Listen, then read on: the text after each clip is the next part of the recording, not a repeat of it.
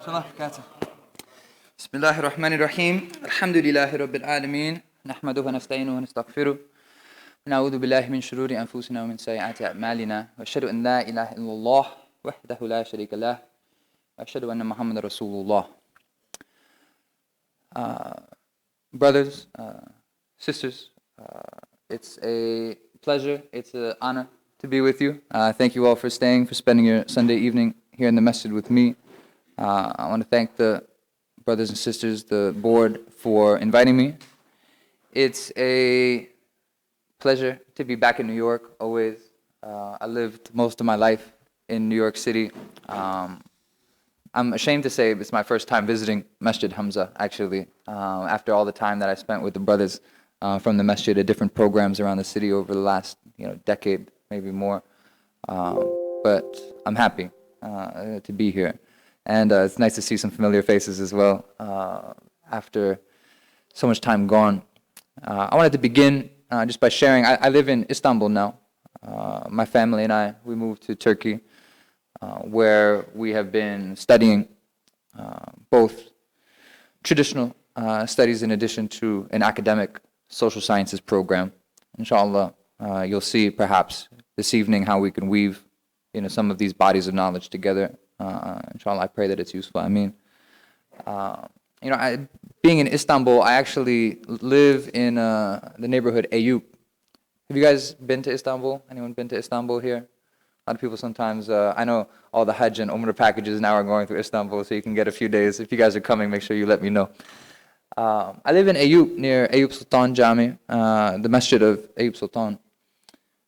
The neighborhood is named, and the masjid is named after a companion of the Prophet sallallahu alaihi wasallam, Abu Ayyub al-Ansari, who was the resident of Medina, of Yathrib, that the Prophet ﷺ stayed with when upon migrating.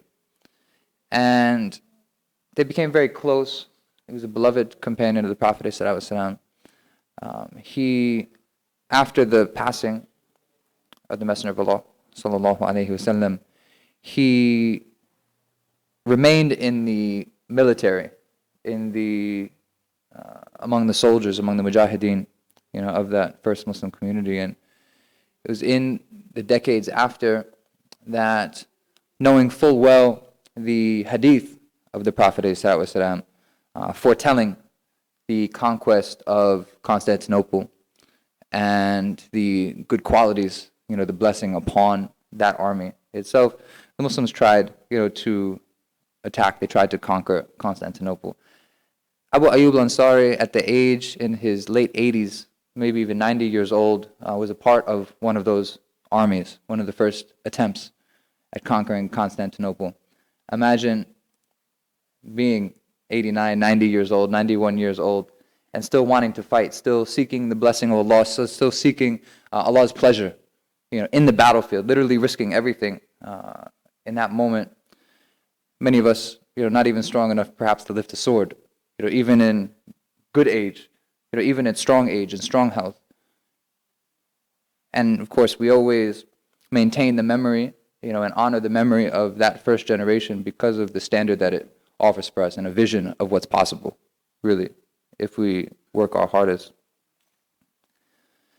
And in that battle, in that attempt at conquering Constantinople, he was wounded in the battle and died near the battlefield and requested to be buried, just outside the city walls of Constantinople.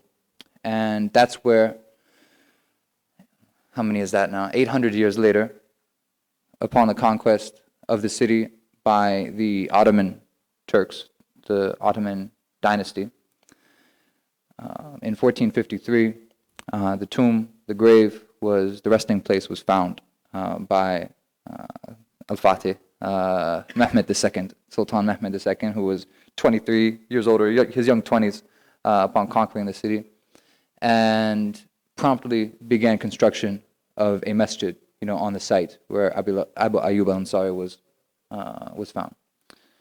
Now, I live in this neighborhood. I say this because it's an opportunity for us to keep in mind the story of Abu Ayyub, to reflect on it for ourselves, but also to share with you what an opportunity it is for me for a daily reflection on what it is to live a life of purpose, what it is to live a life of seriousness. Every day I go to school and I take a bus along that city wall, that same city wall that one of the best generation of Muslims fought against. They weren't scared of anybody, really. Like, you read the stories, some of the battles that they fought against the Persians, the Romans. Amazing. Amazing struggle. But seeing these walls every day ruined, now with plants growing over them and, packs of wild dogs, running along the roof, the top of the wall. Ruins of really some of the greatest civilizations, for lack of a better word, the world has ever seen. It's a reminder of impermanence. It's a reminder that all of these things that we construct fade. Even all of these things that Allah built as science for us, all of these things will pass, of course. But it's also a reminder of wars that have deep roots, but that continue on every day. And it's a reminder for me also of the urgency of using our time, the very little time that we have, to use it as best as possible, to maximize the opportunity that we have. Now, for the talk tonight, I'm going to, this is not my style, but I really want to, with that sense of urgency, try to pack in, I want to cover a lot of ground tonight, inshallah. I'm happy that it's being filmed. It's something that I hope hopefully will be, inshallah, motivational, but also presents you with something of a program that speaks to the sense of urgency, that speaks to the opportunities that we need to maximize. The topic that I was given, and I love, the title that I was asked to speak on, about Allah's love, seeking the love of Allah, as opposed to seeking the love of our oppressors. It's crucial, but it comes back to, like all issues, it comes back to a strong foundation that we need to have, as Muslims, as people of faith. A foundation based on knowledge, a foundation based on what Allah made very clear for us. And so by establishing on that, I want to hopefully move from theory to practice. And even within practice, talking about it in a big picture, and also even get down to a very detailed process that you all can go through to plan your lives, to set goals for yourselves, and to try to pursue them on a day-to-day basis, on an hour-to-hour basis, on a minute-to-minute basis. Now, some of you, some people have studied this, some people are very good at this. I think many of us often, we have a loose idea of this, but we don't revisit it often enough to make sure that we're being as effective as possible. And so I want to offer this as something that you can go through to make sure that you're rooting your choices, right, in the knowledge that we find most clear. So, with that in mind, I want to begin with what we know, with the foundation. I want to begin this talk with the foundation of our beliefs. We believe, as people, and we believe it to be a rational belief, but this faith is only by the grace of God, that there is a God, that there is no power, there's nothing worthy of worship except Him, that He created all of us, everything, the entire universe and all of the worlds, that He's the creator of all of this. We believe that He has a plan for all of this, that time and space don't apply to Him, that nothing that we can imagine is anything close to Him, and He's beyond all of these things. We believe upon this foundation, we believe in revelation. Right? We believe that Allah, the Exalted, has sent messages through messengers for our guidance, for our education of both knowledge, our ta'lim, as well as our emotional and spiritual knowledge, our tazkiyah, or the purification of our hearts, the purification of our character, both. Upon this foundation is everything else. Is our sense of purpose, our sense of worldview, our sense of self, and truly understanding as people who it is that we are, not based on other people's definitions, but really defining who we are as human beings, as Muslims, as people of faith. Our sense of self, our sense of family, our sense of tribe, our sense of people who are obstacles to us, people who may be oppressors, people who may be opponents, enemies. and also our sense of Allah. And between all of these different entities, the rights and responsibilities that tie us together. All of these things are founded on what we know to be the most clear, which is revelation, which is the Quran. Everything goes back to these foundational sources, and the Quran and the prophetic practice. And we believe upon these foundations that from these sources we can derive a program which is both a personal program in addition to a social program. That for us, Islam is not just something that we keep in our homes. It's not just something that governs, our relationship with God, our personal worship, but also has a social dimension, has guidance for how we react to, how we relate to each other in society, how we, from the one-to-one to the highest levels of society and politics and things like this. From this, as we grow from this and we learn about the world, we learn about ourselves, and we're raised by our families and by our communities, we develop a sense as human beings of goals. I think a lot for many children. I've been thinking a lot about educational processes, and how children are raised, and I'm sure it's not far from anyone's minds in here. Those of you who are raising children, those of you who are hoping to raise children, or those of you who are looking to educate yourselves. And for the young folks in the room, for the young brothers here in the room, I want to make it also something that you think about even for yourself. When you think about how you're going to educate yourself, what are the things that you want to learn and that you want to get good at? These are things like really, it's a process for you to think about for yourself. And so I want to make it really in list form. But of course, we set goals. Our goals as children perhaps are, pleasure, things that please us. It's just pleasure and pain. Seeking pleasure, avoiding pain. These basic things. Things that we like to do, we want to do it again. Things that make us feel good, we want to do it again. Things that hurt us, we avoid them. Fine, this is the basic level. Beyond that, we start to develop a sense of authority. Maybe it's from our parents, from our older siblings, the authority figures in our immediate lives, in our childhoods, right? Our parents, or our grandparents, or whoever it is in authority over us in the home, or in the tribe, or in the neighborhood, or in the school, or whatever institution that you're in the masjid, you develop a sense that these people have authority over me, that these people are setting parameters for us. And I'm saying this to my young brothers in the front, but obviously those of us of all ages realize this. We never grow out of this, right? There are always hierarchies which we're navigating. And so we seek to, as best as possible, if that authority is just, right, we seek to stay within it. We seek to if we're in authority, to be just, and if we're under it, to obey it as much as it's just authority. We set as a goal for ourselves as we come to understand the world and what it means to have physical limitations and financial limitations. We seek work, right? We seek the risk, the provision, which Allah has set for us, but of course we have to seek it. We have to strive for it. We have to leave our house and go out and do the work. We seek success in school, knowledge, right? This is an important thing. But finally, as our worldview crystallizes, as we come to fulfill, our highest calling, we develop a sense of afterlife. We develop a sense of judgment. And so we seek the pleasure of Allah. We don't take heaven for granted. We don't take that we'll be granted paradise for granted. And so at this level, we try to do more. We try to do the best that we can. We don't seek to just do the minimums, although, of course, as we all know, sometimes we even struggle with the minimums. But we try to go beyond that and to really try to purify, our character, really try to purify our hearts, really polish ourselves. Do more, give a little bit more charity, do extra prayers beyond that, learn a little bit extra, and give a little bit more, stand up a little bit more, be more honest, with people. Because these are crucial aspects of our character. And as we develop a sense of goals, as we have a real clear sense of what our goals are in life, and again, all of these things that I mentioned, I didn't rank them, right? But all of them have halal outlets.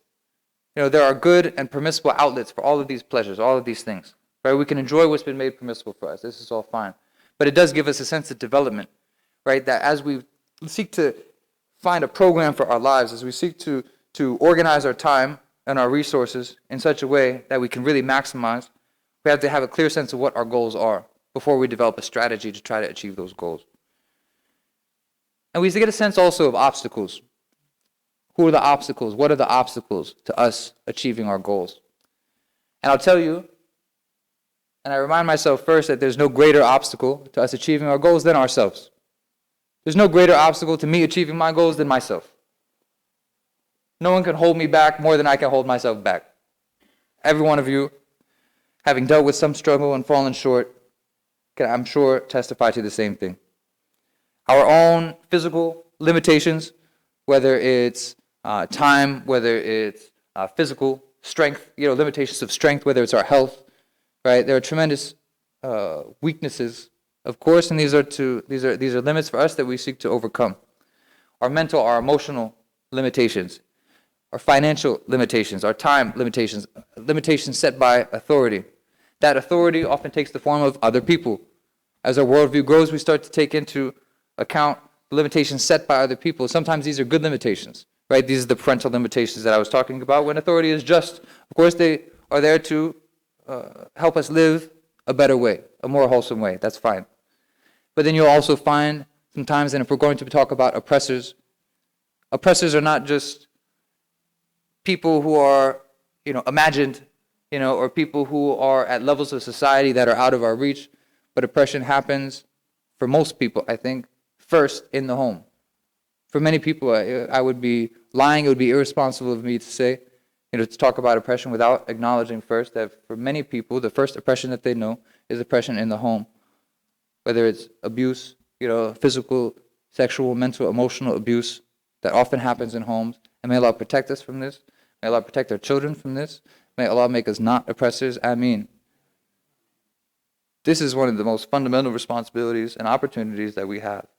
And so before going on to any other higher levels of this, of course, let me pause and emphasize and underline how crucial it is that we're good to our families, and to the weak, to the vulnerable under our care.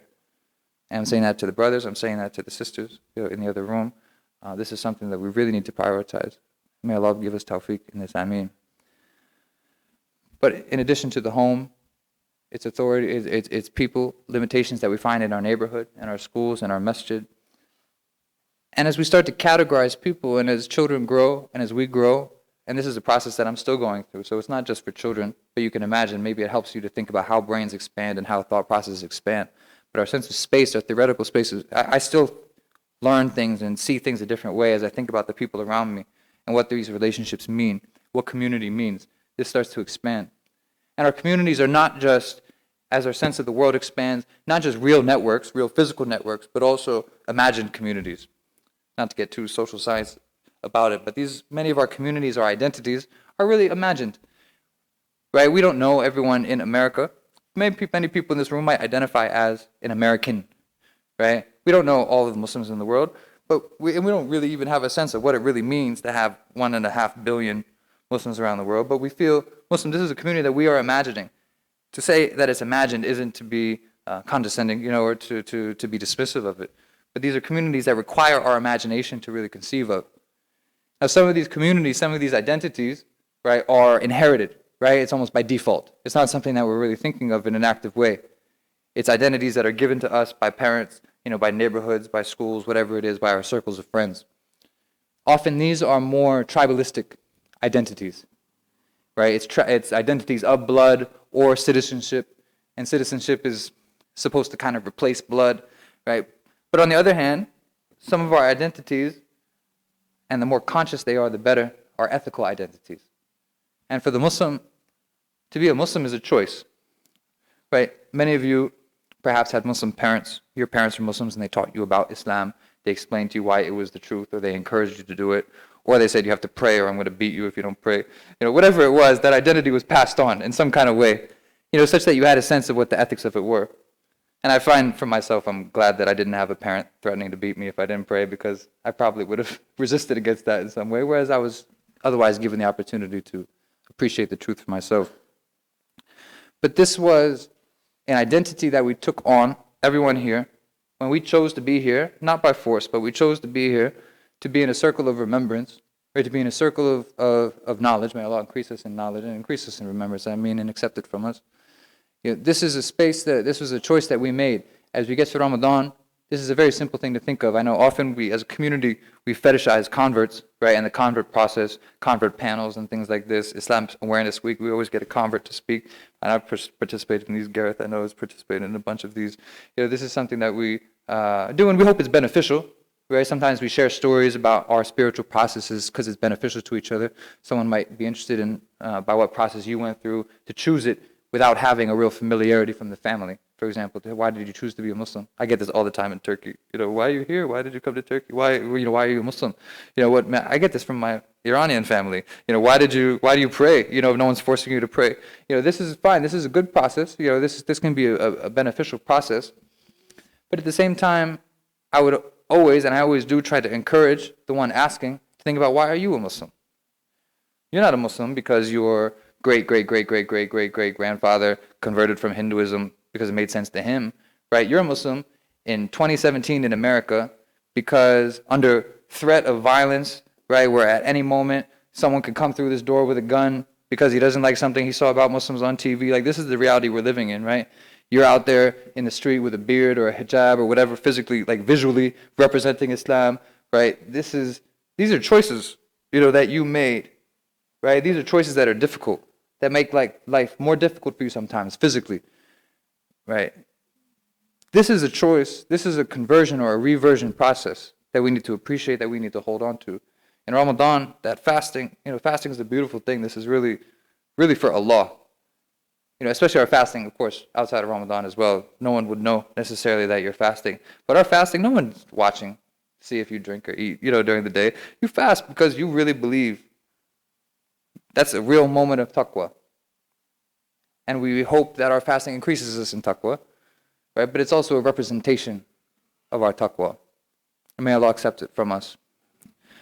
But these identities, I say all this because I hope that these are things that we can be more conscious of, and that we make sure that our decision-making processes and the arguments that we have with ourselves and others are rooted in these very firm foundations.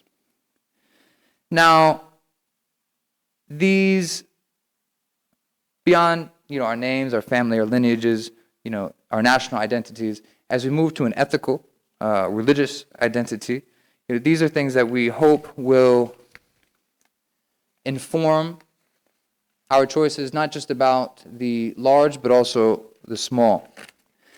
But it's important also that we, as we communicate, as we enter society, as young adults or as adults, whether as leaders or as people just trying to serve in some kind of way, we need to be conscious of what often our disagreements are rooted in. We need to be conscious that sometimes the disagreements that we reach in the public space are because of opposition in our goals. Often, and I'll say this is at the political level, but this is true at the individual level as well. Often when criticisms are made of political activity, of political strategies, which our organizations, which our leadership are undertaking, whether with the government, in relation to a specific issue, between a campaign, often the response is that we shouldn't criticize, that we shouldn't talk about this because we have the same goals, just different strategy. But I think we need to be very conscious of the fact that sometimes we have different goals. Even within the Muslim community, we need to be very clear in articulating what our goals are as a community. We can expect our leadership, I think, to be clear with us if they expect us to follow, to be very clear what the goals are of our community. What is the vision? What would we like the world to look like? Or at least what would we like our sphere of influence to look like in 5 and 10 and 15 and in 50 years? A vision that includes really not just our children, but our grandchildren. A friend of mine in Istanbul, one of my Arabic teachers, just says to me all the time, he's like, what are you doing in America? And he was from Canada, actually. He was of Pakistani origin, but he grew up in Canada and then went to Istanbul. He's been living there for 5 years after living in Morocco for 5 years. But he always says something. He had left because he felt he wasn't confident that his grandchildren would be Muslim. And so he suggested that when we think about our lives and the direction that what we're trying to build institutionally in our communities, how do we make sure that our grandchildren will really have some meaningful connection to Islam? That it won't just be a name, that I'm a Muslim because my grandparents are Muslim, or that my parents are Muslim, I was born a Muslim, or I have a Muslim name, whatever that means. Like, this is really dangerous, but this is the direction that many of our communities are going in. Alhamdulillah, New York there's a lot of opportunities in New York. There's qualities to New York and to this community, I think, that will give us some strength, if we honor it, if we really maximize it. These are things that need to be a part of our vision. But by having a sense of goals, it will facilitate a healthier, a more connected, a more merciful, a more productive dialogue within your home and within your community. Because you'll have standards by which, and standards against which you can fall. Standards that you can align to make sure that you're being as effective as possible to achieve these goals. When we have a different sense of ethics, this is something that we need to know. We need to know what are the ethics that we're making decisions based on. Even among Muslims, we can't take for granted, because at one level, it's crucial. Like I started at the very beginning, our foundation is revelation. Our foundation is the Quran and the prophetic practice, the Sunnah. But if decisions are being made, and it's often expected that in certain public spaces, that reasoning has to be secular, has to be rational, as if rationality is separate from our spiritual understandings. This is often the expectation, that you need to root your arguments in rationality, as if there's any rational basis for ethics or morals other than our revelation. That's a different story. But we need to be very careful that we're rooting first and foremost, that our first look, when we say, where do we go first, for answers, is that we come back to our spiritual tradition, because this is our foundation. Everything else that we know is based on these things. While there's things that we can benefit from other analyses, from other worldviews, from other thought systems, right? Can we benefit from the class analysis, perhaps, of leftism? Can we benefit from some of the knowledge that we have about race, from critical studies and some of these other foundations? Fine. But we don't accept their ethics, right? We seek to understand the world with all the tools that science has for us, right? Muslims have to be at the forefront of seeking knowledge, of course. We don't throw away science. That's not us. That's never been our community.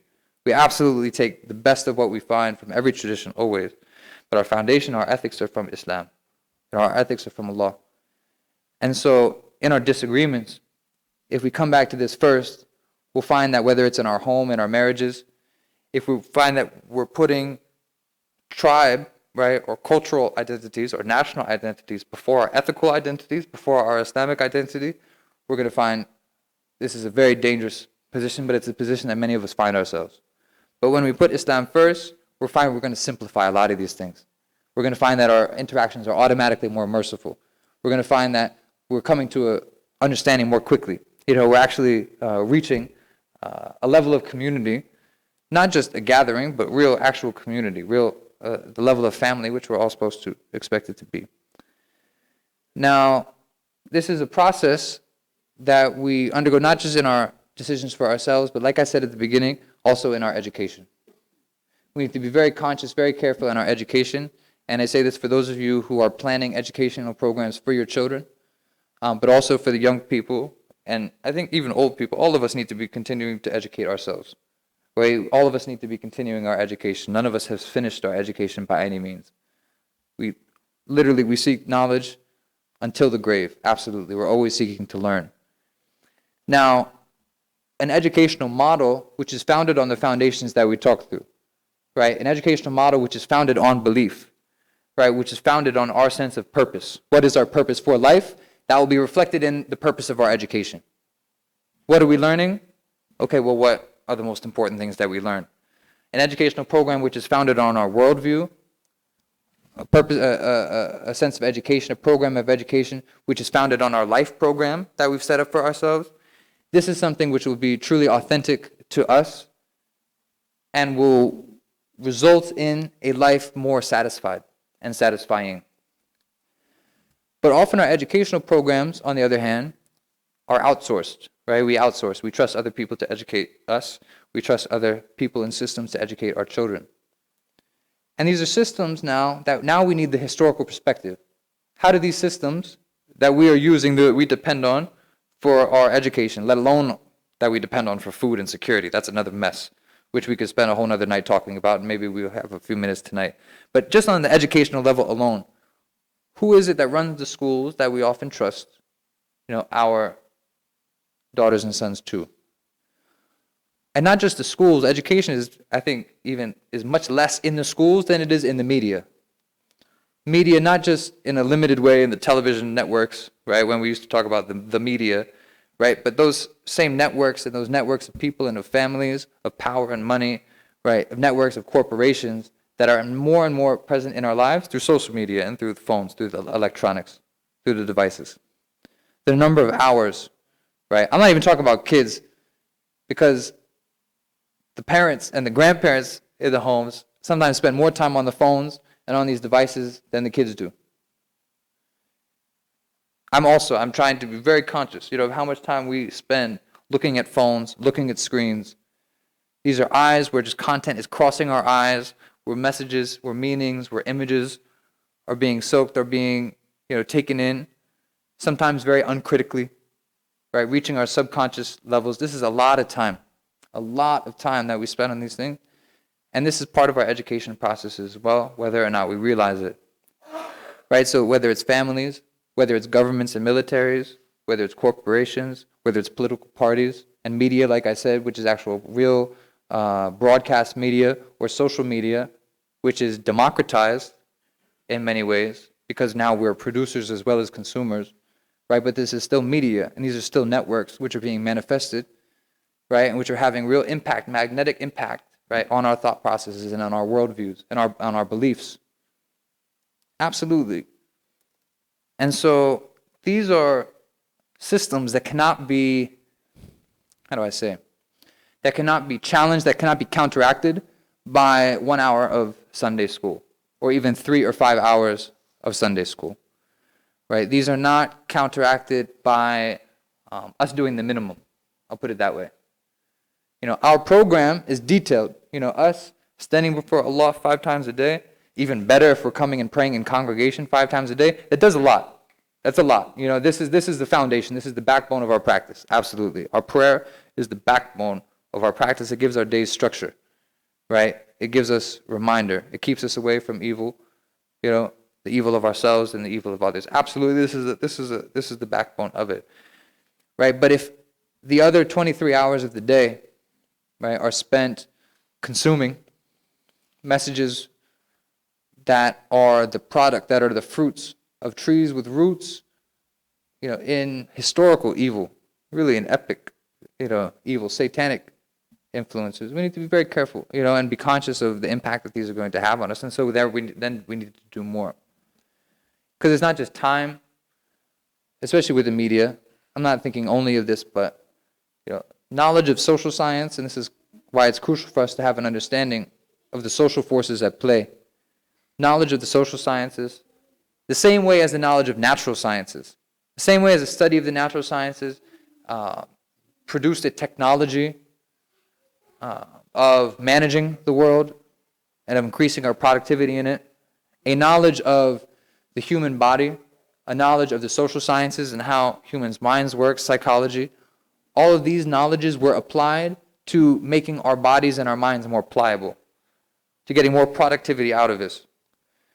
If you want to do more reading, one of my favorite books, and I'll always recommend it to people for a more theoretical, with a lot of case studies of how this process actually went, is the book Discipline and Punish by Michel Foucault, a French sociologist, giving some of the history of how schools and hospitals and many of our institutions, and especially the prison.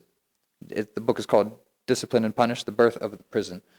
How all of these institutions, social institutions, were founded really on the logic of a military camp, and how surveillance and how a society and societal power is manifested and is internalized. How we get to a point of education or discipline by which we become the police ourselves, where we monitor our behaviors even if we're not being watched. Now, there's really important theory in here, which is about technologies of the self, Aristotle's idea of technologies of the self, which I think are important also how we understand the Sharia, whether the personal or the social practice. This is important. There are good sides to this, right? Just authority, right, is something that we should be internalizing, right? This is taqwa. But when these same practices, right, when these same forms, when these same knowledges are being used to oppress us, these are things that we need to be conscious of. We need to understand how they work, and so we can keep ourselves far from them, and so we can keep each other far from them as well. This is really important. Because this, if we're not conscious of this, things are changing very quickly. These technologies are getting better. The movie, the film, is very different from the theater, from the play. Right? The music video is very different than just the live performance of the song. Right? These technologies are getting better and they're becoming more controlling. People are getting smarter in many ways because they're able to perceive more. Right? We're able to perceive more nuance. For propaganda, they don't need to repeat something over and over again. We start to just get it. We start to pick it up. And you can tell a perfect way to monitor this, a really good case study of this is fashion, for example. The way that fashion and the changing, the way fashion changes season to season. They have seasons for fashion, right? Like 4 seasons. Like the smallest details are things that we learn and we adjust with without even realizing, without making a conscious decision. I was talking to a brother in Turkey who always wears suits. He talked about how even the collar, the angle of the collar, from the buttons, that this has changed over the years, right? Sometimes the shirts that have the buttons here, and sometimes they want a wide collar. Things like this, simple things, like small things, but with enough advertising, with enough images, maybe with just scrolling the Instagram too many times, every day, you start to internalize these senses of fashion, these things of good and bad. And if they're able to do this to sell us things that we literally don't even need, just think what kind of impact they can have on our ethical, what kind of impact they can have on our worldview, what they can have on, well, you get the idea. We'll get to some of the fruits of this, but I just wanted to kind of illustrate the structure, inshallah. Part of this, in addition to time and technology, though, is trust. And trust can go either way. The time, we're being beat. Right? Often our ethical systems, we usually spend a lot more time consuming things from outside of Islam, things founded on these other systems, than we do really spending time on studying Islam. It's really a tremendous opportunity to be able to study Islam and to be able to focus and to really live a life of reflection, a life of remembrance of Allah, more so than we're spending time working or pursuing the dunya. It's a very difficult balance to strike. It's something that we need to try to do much more of. And try to increase our dhikr, increase our remembrance while doing these other things, while being in the dunya. If you can keep that, that's really the best way to maximize. Technology, like I said, the Sharia is the perfect technology of self, but that requires us to throw ourselves into it. But the technologies of control being used against us, these are very thorough, and so these are difficult battles for us to win. Trust can go either way. And this is where the battle for our heart is sometimes the most obvious. And it's whether or not, I think it's very much dependent on the early relationships that we have in our lives. Will the child, or you today, think about who it is that you trust, for example, for information or for support? Right? Will you trust your family? Will you trust your close friends, the people who are physically near you, who are your community? Or will you trust these imagined networks? Will you trust information if it comes from a trusted friend of yours? Or would you prefer to trust information which comes to you through a social media or comes through, CNN or one of these, media corporations? And often I think the issue of trust comes back to the health of the spiritual and emotional health of the home and of the home relationships. So I'm coming back again to what I said towards the beginning, that it's crucial, that we as people of family, remember that our families are the building blocks. That if we want to talk about society, we want to talk about politics and movement and civilization, that the building blocks are our families. Is there an individual way and an individualist way to do Islam? Maybe for the Bedouin, right? Maybe for the nomad, there are basics, right? There's a life of basics where we do the minimums and we go and we try to survive, right? There's a way to do that, fine. But we're a people of community, right? We're a people of ummah. And a political entity, a polity, right? A political ummah of Medina, which even included people of other faiths, but a Muslim ummah which is global and which cuts across even these borders which we make by agreement. And so trust, ethics, relationships are key. And so if we want to solve some of these major problems, we need to seek literally in all of we need to do a constant hisab, a constant accounting, right, of how we're treating other people, not just how we treat ourselves, but how we treat other people. And we're going to see, I think, our relationship with God mirrored also in how we're treating other people.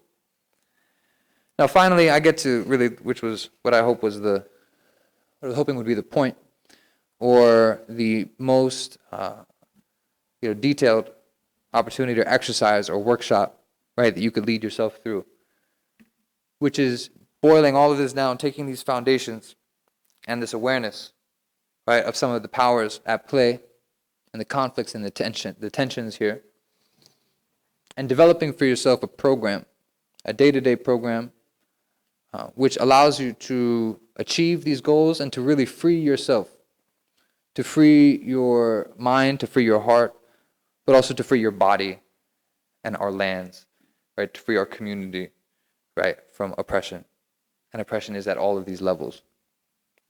Now, constant struggle, many of these things, these obstacles, right, that we had listed earlier, many of these obstacles are constant struggles. They're struggles that don't go away. Maybe they ebb and flow a little bit, but these are struggles that don't go away. And so the program, therefore, needs to be constant. There needs to be constant action, constant focus, constant striving, but also constant planning and revisiting the planning, revisiting your goals, making sure that your strategy is aligned with it. You need a sense of urgency. And so you're conscious of your death. Perhaps you plan for long term, right? You can plan for if I live to 50 or if I live to 70. I mean, when I was a teenager, I didn't think I was going to live past 25, to be honest, but now I'm 29, and so I need to make some other life plans. But you have the long life plan, but also have the consciousness that we're not guaranteed a single second. We could literally die right now. None of us are guaranteed another day. May Allah grant us as much life as is good for us. Ameen. May He allow us to see Ramadan. May He bring us to Ramadan. Ameen. And accept it from us. We plan for these things. Of course, we strive for these things. We hope for these things. We're not, complete fatalists in that regard. But also have a sense of urgency, have a sense of day-to-day. Right? There's some things that you can put in order. Right? You're planting seeds so that they can be harvested months from now. But at the same time, there are things that you need to do right now on a day-to-day basis. And so we have shorter deadlines as well. Our life goals, then, right? If we have a sense of those life goals, we can break them down to a year-to-year. You can break those down into a year-to-year plan. By the end of this year, what do I hope to have accomplished? Or if you want to plan from the end, something that I find with people that I work with, that sometimes it helps to plan from the end, right? If you have a sense of what you want to do by 40, or where you want to be at 50 or 60, right? Or 75, or I don't know, some of my uncles who are here, I don't know how planning gets when you're in your 70s already, mashallah. But for me, I think, decades from now, what would I like to have accomplished if I'm given the opportunity to do so?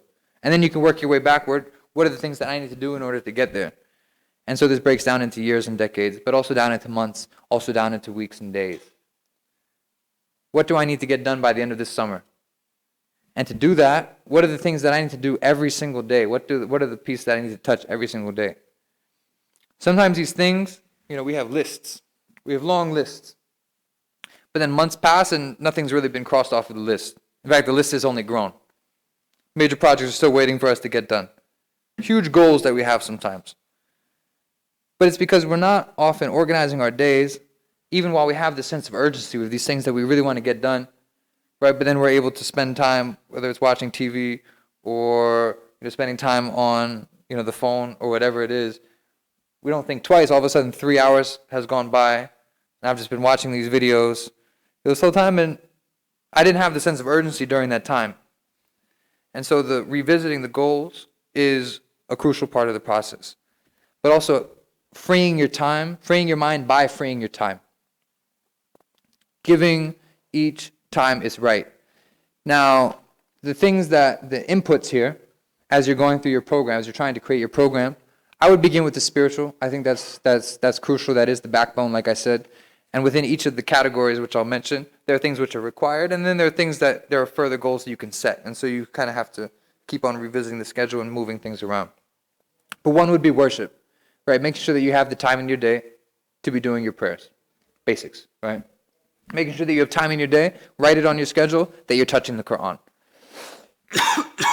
maybe, I find that right after Fajr is the best time. If you have the consciousness, to be able to, hopefully you're awake enough to pray Fajr and have that accepted. Right, but if you're able to touch the Quran right after Fajr, if you're able to open it, read a little bit, Arabic and whatever language you understand better, I think that's an important part of the day. If we're talking about minimums. Right, if you want to make time for your fasting, make time for that during your week, so that you're waking up. Schedule, like really make a schedule so that you're able to wake up in time to have suhoor, before fasting. Things like this. Another thing is the physical. I think often, many of us, we allow our health to suffer. Right, we have to draw on the knowledges that we have. We allow our health to suffer. We're a community often that we get soft, right? Because many of us don't do physical work anymore. Like we don't necessarily have to build or farm or things like this. Some of us do, right? But many of us don't, right? We're doing more office work. We're doing more, what do they call, white collar work, right? And so we get soft. So really make time, right, to make sure that you are strong. Right, that you're able to provide for yourself and your family, that you're able to protect yourself and your family. Right, so these are things that really you need to make time to learn, right, to be able to know that you're able to run, right. These are really basic things. I'm getting down to, I know these seem like real fine points, but really I want you to think through things in this way. Like, am I able to run a mile if I'm being chased by a wild animal? Something like, basic things, right, or if the police are behind me. Other wild animals, right? Like, am I able to run a couple miles, right, if I'm being chased by enemy soldiers? Like, these are basic things, right? But really, make time for it, to prepare yourself for this moment. Because trust me, if you can't run, you can't run. It doesn't matter how excited and how much adrenaline you have. You need to really be prepared for these moments, right? If you can't do 10 push-ups, right, you're probably not going to get your way out of a fist fight, right? These are basic things, and, right, I'm looking at men, right? I know the sisters are in the back, too. Unfortunately, our sisters are a target for this often before the men are. And partly it's because they visually represent Islam much better than any of us do, although we should be visually representing as best as we can as well, for a number of reasons.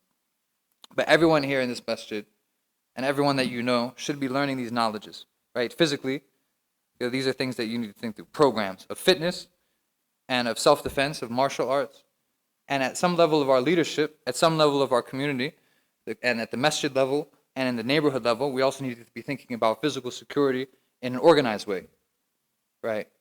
Does our masjid have a security service, right? Are there brothers in the masjid? This is a fard al-kifaya, right? Which becomes a fard al-ain if there's nobody else stepping up to it, right? Do we have brothers in the masjid, in the neighborhood, that can handle something if we need to?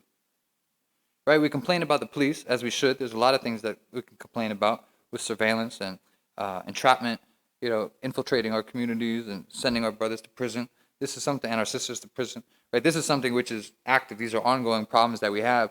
But how are we going to be free from them, right, if we can't solve a problem without calling them? Like, these are basic things. These are physical, right? This is all into the physical category. Like, do we have people, if someone was robbing our house, I don't want to have to call the police. I'd rather call the brothers and be like, listen, I got this guy at the front door. Seems like he's got a gun. Can you bring the ratchet? Something. This people do this. They handle this in the neighborhood way. Like, I don't want to call the police and get into this stuff with state authorities and stuff like that. These aren't my friends, right? This isn't that's not my community, right? I don't recognize that authority on my street. And so we need to make sure that we're literally thinking through what are the knowledges, right, and the organizing steps that we need to take. Anyway, there's a lot of details here, and we can continue them, if there's interest. Education, right? There's things that you need to know.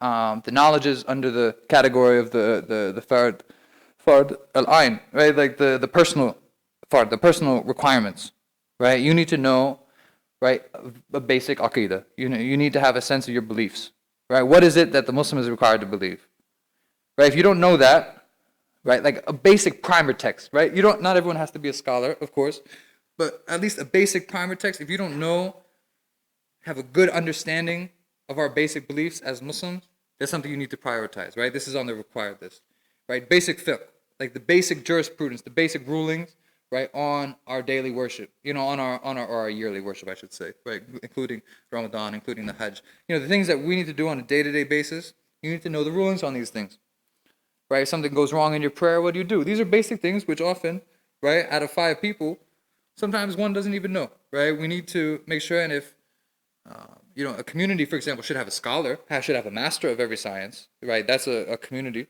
requirement. But on an individual level, there's things that we need on a day-to-day basis without having to consult to a mufti, right? So that's something that we need to think through. And also, of course, in addition to Aqidah and fiqh, is also the tasawwuf. I think even if you're not into the Sufi tariqah thing, because I'm not really either, at least you should have a sense of a daily program, right, for purification of the heart, right? Time spent for whether it's dhikr, meditation, but also actively working on, the sicknesses of the heart. The other category is work, financial freedom, right? And we do it for financial freedom, not for the sake of just working and for, accolades in career. But literally think through on a day-to-day basis, how much time do you need to spend to bring home the minimum that you need, right, to feed yourself and your family, to provide shelter to yourself and your family, to be able to plan ahead a little bit. Not so far ahead, of course. We know that, Allah provides, right? We don't need to stockpile. I think in America we have a concept that we need like huge amounts of wealth just waiting at all times. And if we don't have that, then we're not ready for anything else. And so we keep on working and spending all of our time, rather than building our families, right? We feel that we have to continue providing for them beyond, and this is the poison of the American dream process in capitalism, is the idea that we just need to keep on stockpiling capital, right? So be very careful. We have to free ourselves from this, right? But we'll feel better about it if at least we're doing it on a daily basis, right? Our schedule includes, right? We're conscious of that. This is part of my daily regimen. I need to spend time working, right? All of us need to spend time working. And we know at what point can we stop? Can we move on to the other things which are also important, right? Alongside those. And part of that financial freedom might be related to education. What do I need to learn in order to free myself financially? That's also, what skills, what crafts do I need to know? I think knowing a physical trade is a good thing. That's a crucial thing, to know a physical craft, to actually be able to produce something. Right, in some fields, it's enough maybe that it's almost as if we talk for a living, right? But be able to produce something, I think, is really important, to actually be able to craft something. And the last one is, and it's not last because it's the least, but last because these other things sometimes seem more urgent, but it's time spent on family, spent with family. Like that's time that we need to schedule into our days. I remind myself first, because these are the things that we shortchange often, right? Because it seems less urgent than the others, but we need to make time, whether it's with our wives, our children, our parents, and our grandparents. Like this is time that we really need with our family relations. And with our neighborhoods, this is time that we need to plan into our day as much as possible. Absolutely. And I'm looking at the brothers, of course, but it's a reminder for all of us. And like I said, myself first. Now, to do this, and I'm going to try to wrap it up now, to really succeed in creating and in honoring a program like this and in maximizing, the time that you're spending. And you're going to find that it's made easier by structuring your time in a very detailed way. It involves choosing carefully the people around you. Right? Community, the same way that our identity moves from a tribal kind of default, inherited identities are replaced with ethical, chosen identities. So are our relationships, right? Now, some relationships, like family, are inherited, right? We don't choose necessarily who our parents are or our siblings are. We don't, right? And there are challenges sometimes therein, right? But in terms of our friendships, right? In terms of our marriages, right? In terms of building community, right? Even beyond the block, right? These choices are made easier by having a sense of who it is that we want to surround ourselves with, who it is that we want to spend time with. Right? You're going to see tremendous results in this regard when you spend time with people who help you achieve these goals or who share your goals, right? Who are also working for the pleasure of Allah. All of these things are on that foundation. I hope you don't think I've strayed from the topic too far, but really all of this comes back to seeking the pleasure of Allah rather than seeking the pleasure of networks or systems, right, which do not have our interests at heart. I mentioned already, I'm going to skip ahead really, but is also choosing And you'll see that by scheduling your time, you will also be consuming less. You'll be consuming less media randomly. This is a big thing. And I'm reminding myself first, but being very conscious of what images you consume. Whether it's like TV or videos or whatever it is, just pictures, advertisements, reading what you read. We consume a lot without thinking critically about what it is. There's a lot of messages in these things. My parents are writers, my brother's a writer. There's a lot of messages, there's a lot of values which are being sold in these TV shows. Right? It seems like idle entertainment, but our subconscious picks it up. Right? We internalize these things. And so our sample program, taking all these things, the result would be, if you went through that thought process the same way that I just did with the categories and imagining what are these dimensions, right? The physical, the spiritual, the educational, the work, and the fifth, family, right? Leisure, perhaps, in the space, right? When you go through these categories, you'll get a sense of what you need to do on a day-to-day basis. So, for example, you have a program which will literally, I schedule my life down to the 15 minutes, right? So I know at what time, I try to wake up. Inshallah, I try to wake up like 4:30. I literally write down drink water. Make wudu, drink water, right? Push-ups. Do date and coffee, right? Study Arabic for this long. Read Quran for this long. Study Farsi. I'm trying to perfect my Farsi. Pray Fajr, right? Like these are literally on a daily schedule, right? In order, down to 15-minute intervals, right? Breakfast, go to school, go to the gym. Like literally, these are things now, so I know that I'm trying to achieve this by this month, right, or this week. And this breaks down to smaller things. And you realize that as you get into routines, all of a sudden your goals become much easier because you're taking a step to get there, rather than putting things off and then trying to achieve it all at once, right? These are things that most of our knowledge is things that we need to build up to, right? These are things that literally require daily work, especially with languages, as important as Arabic is to us, as people of faith whose revelation is in Arabic. Many of us aren't fluent in Arabic, right? These are things that require daily work. You're not just going to put it off to the future, like, oh, when I have a week off, I'm going to learn Arabic. Like, that's not how Arabic works, right? This requires daily, touch. Fitness, right? These physical knowledges, right? This requires daily work. You want to be able to defend yourself, you need to be touching these exercises every single day. And this is your responsibility. I've been talking, I think most of the things I've touched on, I think are applied to men and women, both, but especially you brothers in here, these are things that you need to know. Even the thought process that I went through here, another digression, excuse me, is the way that I thought about how our worldview grows from small to the large, from the basic to the complicated. Right. It mirrors, I imagine, some of the organization, for example, of the text Al-Muqaddimah by Ibn Khaldun. If you've never heard of this text, if you've never read the text, I really recommend it. It's a really interesting text. It got a little bit more famous last year. This was written in the 1400s of the so-called Common Era of the Christian calendar. Ibn Khaldun's Al-Muqaddimah. It's really a theory of history, but you could say, I think it's safe to say that it was really a text of social sciences, of social scientific theory, before Europeans ever came up with social sciences. It was really applying our methodology that we apply to our Islamic tradition, our knowledge tradition, for authentication. He applies this to history and to the history of humanity, as it's told. He applies that same process. And, it was groundbreaking at the time. It's something that we came to take for granted as Muslims, and that Europeans think they invented in the 1800s, as usual. But that's fine. It's a very interesting text, something I recommend. The reason it came to my mind, again, though, is because of this physical issue. He talks about the how civilization changes or society changes from nomadic, from the Bedouin to the sedentary. Right? He kind of tracks human growth. From the Bedouin lifestyle, from the nomadic, really just focus on survival, to the city life, to the urban life, and to civilization in that regard. Civilization as a process, without some of the racist European meanings of civilization. From the savage to the civilized. And the division of labor, right, that comes with the city. The dependence on governance, on government, that comes with living in a city.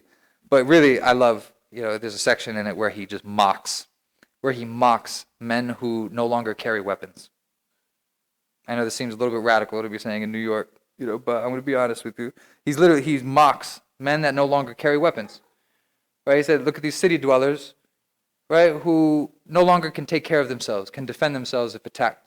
They have to wait around for the state authority, to come and protect them from whether it's an animal or a person, right? This is why I was speaking the way I was about the police. We shouldn't have to depend on, these authorities to protect us, especially when they're as openly racist as they often are out here.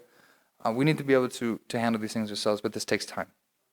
So, just to end on some of the challenges, and by challenges I really mean opportunities, but some of the specific things, ways that we can apply this in addition to the program, which I hope that you'll go through in the way that I modeled for you, thinking about how to spend your time on a day-to-day basis. But some of the specific challenges, really the first thing always is where I began, is worldview, is aligning our beliefs and our ethics with our Islamic tradition, with God's will as best as we can determine it. Right? That's the first thing, is really freeing your mind, freeing your heart. Not being swayed by a discourse from outside of our tradition that seems more trendy or seems more palatable to us. A case comes to mind, and I won't mention any names therein, but it was a discourse some of us were speaking about before Maghrib, that where people by certain modern discourses, certain modern critical discourses, were judging prophets of God. And someone who calls herself a Islamic scholar was on the internet the other day judging Ibrahim alayhi salam, saying that Ibrahim alayhi salam, astaghfirullah, I'm very angered, to even say something like this, but it was suggested, I'm being polite here, it was suggested, for example, that Ibrahim alayhi salam leaving Ismail and Hajar in the desert was, I believe the phrase used was a deadbeat dad, was, that this was the wrong thing to do, right? Ibrahim alayhi salam, the friend of Allah. And by some modern discourse, these ethics, I don't know where these ethics are from, but a scholar, an academic, judges the friend of Allah. I've seen on the internet, and the internet is a very dangerous place. May Allah allow it to use it like all tools for good. I mean, of course, there's a lot of opportunity, there's a lot of good that can be done with it. But it could be a very dangerous place where the Prophet ﷺ, where the Sahaba, were called misogynists, right? These are discourses which are happening, especially among, my generation and younger. It may surprise some of you. I know it surprises some of my older brothers here, that someone that calls himself a Muslim would say such a thing, right? But these are discourses that are happening because there's an idea of progress, this idea of European civilization, where liberalism and the modern secular, is the pinnacle of progress. The ethics that have been derived from this tradition, as shaky as they are being applied to the generation, and specifically the individuals that we consider to be our guides because of the divine relationship. This is crucial. This is why it all comes back to worldview. So being very careful that for us, we make sure that when we're looking for what's right and wrong, what are rights, what are human rights, really, that we are going back to our source, what rights did Allah give us? Right? If Allah didn't give you that right, it's not your right. Don't call it a human right. You might try to fight for it within a contract, right? That's what civil rights are. But human rights, no. God defines, our human rights and responsibilities. 2 is, in addition to worldview, is our sense of goals, our sense of direction. Making sure that we're aligning our goals. What are the goals that God would have for us? Right? When it comes to what we're achieving within our lives, within our families, and our work, aligning them with the highest standards of the divine guidance and of the prophetic practice. 3, often, like I've mentioned several times, is our challenge is often other people, right? It's trying to choose good people to be on this mission with us. Some people are the people that we choose, and of course, some of these people, some of these problems are things that we don't choose, right? Some things that we inherit that happen to be nearby us. But either way, we need to strive, we need to struggle, to surround ourselves and to create community, to create conscious community, to really do the best that we can. Finally, it's distractions, not wasting time, really looking at our lives and saying, what are we spending our time on? And if we can do better, then replacing it. Constantly working and trying to do better with our time. Right? I wasted time on that. Maybe it was for a good cause. Maybe it was with a good intention. Maybe I can do better. Maybe I can use my time better. And finally, I think really finally, is loving God and loving God's people more than loving our oppressor. Right? The title was about seeking the love of the oppressor, in favor of the love of God and the dangers therein. Right? But our problem is sometimes even more serious than that. Right? Is that not only are we seeking the love of the oppressor, sometimes we literally love our oppressor. Literally, it's at the level of Stockholm Syndrome sometimes. And this is what generations of violence, of war, of oppression can do. Of being sold a message, of being sold an image for literally hundreds of years. The opportunity, the time that we find ourselves in is tremendous. Right? This is not, I know things seem bad, things seem chaotic, but they are. It's not something that, every generation had to deal with the same thing. Yeah, different generations had different challenges. Right? But our generation is the only one in the history of the Ummah of Muhammad sallallahu alaihi wasallam that is 100 years without leadership. That we're coming up on a century without caliphate. A sense of center. Of course, from the first generation after the death of the Prophet ﷺ, there were multiple claimants, right, to this leadership. Right? There were parallel, caliphates or emirates or whatever of governments or polities that were trying to rule by the Book of God.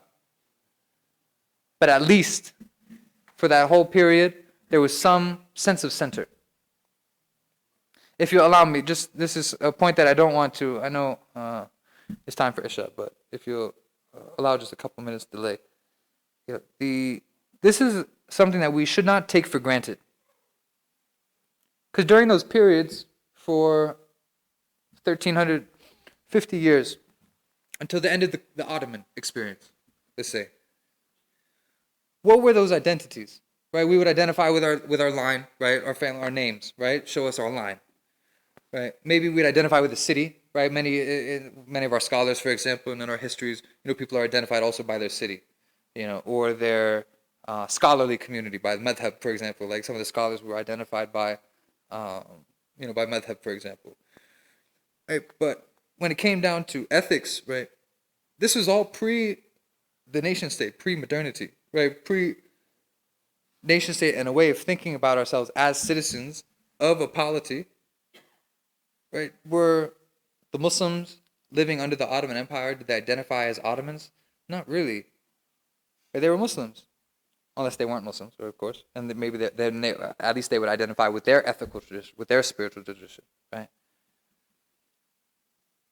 But for us, most of us don't have the sense of center. Maybe in some ways it's replaced by our generation with the tariqah thing or movement, right? Sometimes movements have replaced these nation states. These were all attempts to try to find to build a sense of center, right? These are all good attempts, but it doesn't necessarily translate to our political leadership. And this is a real sense of loss, right? This is a very dangerous situation. And for those of us out here in North America, outside of what traditionally we would have called the Muslim world, and there's issues with those labels as well. The world is not, because of this lack of sense of center, the world isn't Dar al-Islam and Dar al-Harb anymore. Right? This challenges some of our traditional categories. This requires scholars of a higher pay grade than my own, to analyze what does that mean for us in terms of political direction. But it means that we need to be very careful to not fall to defaults, to not fall to these modern categories, which are tricky. It's not just about patriotism and love of the land. Right? It's about making the state God. It's about making the success of the state replace the success of the community and the success of the individual in a spiritual sense, in our fitra, in the fitreg dimension. We need to be very careful. And so for us, that means that first, of course, we need to be merciful with each other. Having spent years in that movement space, in that political level space, myself, for the Muslims of New York, it can be emotionally very taxing, spiritually very taxing level of work because of the relationships, because of the people. But we need to be careful to not doubt, each other's intentions at the very least. To assume the best of people, to give sincere nasiha, to give sincere advice, to people, but to do so from a place of clarity, of course. To do it from a sense of clarity. But also to make sure that in the long run, when it comes to articulating our vision, that we dream big. That we dream big. In political philosophy, there is the descriptive, right, and the compromising, but there's also the ideal, right? There are political philosophers. This is in the other traditions, not the Islamic, political thought, body of, not the political level of fiqh, but in political philosophy in the Western Academy, right, there are scholars who talk about what the ideal would look like, and they prove it however they prove it.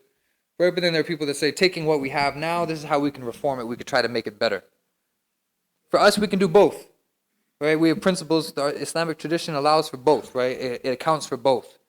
But we need to make sure that our ideal is actually ideal. And that our ideal, what we're shooting for, is not just something which is beneath us. In the hadith about what we do, famous hadith the Prophet said, about what to do when you see a wrong, right? To fix it with your hand, of course, to change it with your hand, and if not, to at least oppose it with your tongue, to correct it with your tongue, and if not, to hate it in your heart, hating it in your heart being the weakest form of faith, right? I'm paraphrasing the hadith, right? Often, we don't even hate wrong in our heart anymore.